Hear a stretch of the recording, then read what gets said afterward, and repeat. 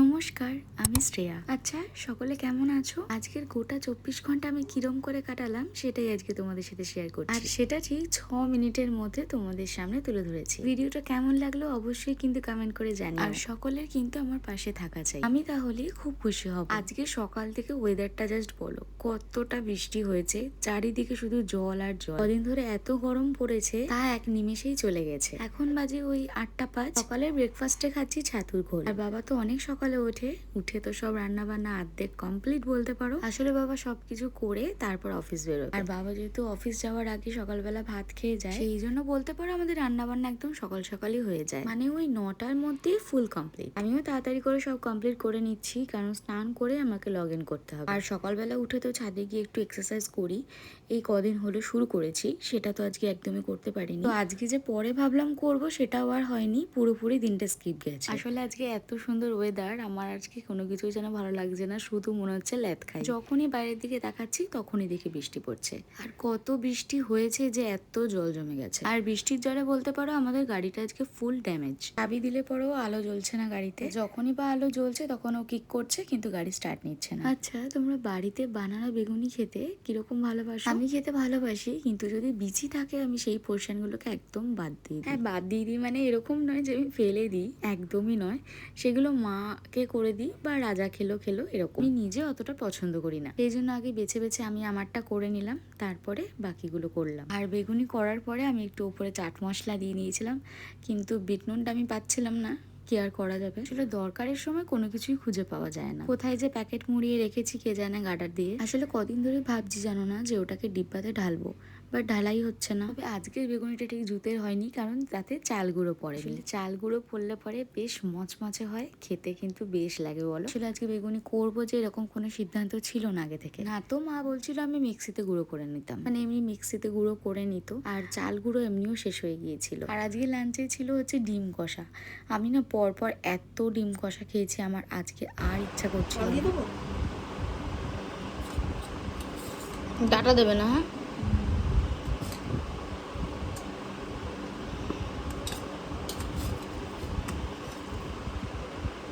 আর লাগবে না।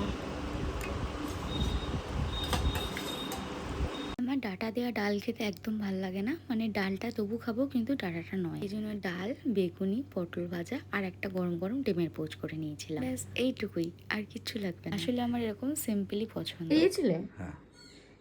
চারিদিকে এত জল, চপ ঘরে বেগুনি বেজেছে, আবার চপ নিয়ে এসে হাজির। একটু জল প্রদর্শন করলাম, মানে প্রদক্ষিণ করলাম কোন কোন দিকে জল এসছে।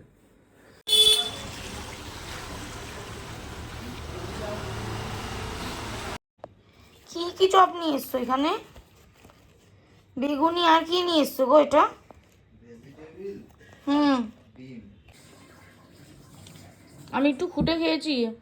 ওর একটা কাজ ছিল তো আমাকে বেরোতে হয়েছিল, আর তারপরেও চারপাশ ঘুরে টুরে এসছে। আর ও তো জানতো না যে বেগুনি হচ্ছে, একসাথে 3খানা চপ নিয়ে এসে হাজির। আমিও আর লোভ সামলাতে না পেরে অর্ধেক ডিমের চপ খেয়ে নিয়েছি।